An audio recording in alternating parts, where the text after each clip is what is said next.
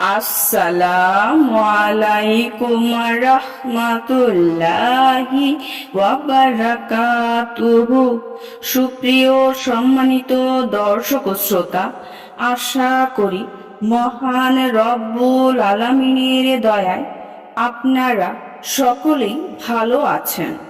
সুপ্রিয় সম্মানিত দর্শক ও শ্রোতা, আজকে হযরত ফাতেমা রাদিয়াল্লাহু তাআলা আনহা থেকে একটি ঘটনা বর্ণনা করব।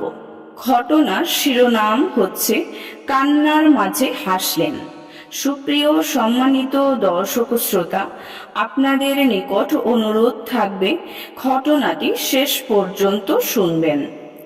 হযরত ইবনে আব্বাস রাদিয়াল্লাহু তাআলা আনহু বর্ণনা করেন, যখন এই সূরা নাজিল হলো, ইজা জাআ নাসরুল্লাহি ওয়াল ফাতহু, সে সময় রাসূল সাল্লাল্লাহু আলাইহি ওয়াসাল্লাম হযরত ফাতেমা রাদিয়াল্লাহু আনহাকে ডেকে বললেন, এই সূরায় আমাকে ইন্তেকালের খবর দেওয়া হয়েছে।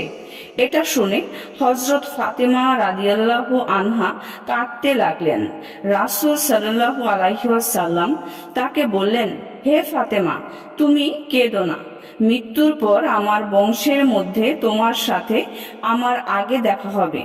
এ কথা শুনে হযরত ফাতেমা রাদিয়াল্লাহু আনহা হাসতে শুরু করেন। রাসূল সাল্লাল্লাহু আলাইহি ওয়াসাল্লামের প্রিয়তমা স্ত্রী হযরত আয়েশা রাদিয়াল্লাহু আনহা এই ঘটনাটি দেখেন।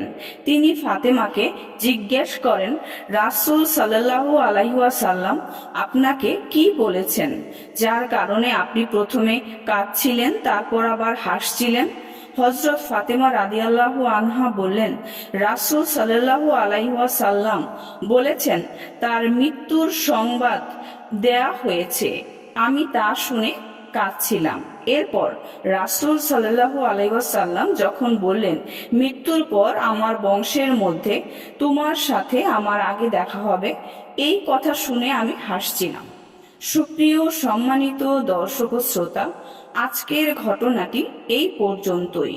ঘটনাটি যদি ভালো লেগে থাকে অবশ্যই চ্যানেলটি সাবস্ক্রাইব করবেন, লাইক করবেন, কমেন্ট করবেন এবং বেশি বেশি শেয়ার করে দিবেন। সবাই ভালো থাকবেন। আল্লাহ হাফেজ।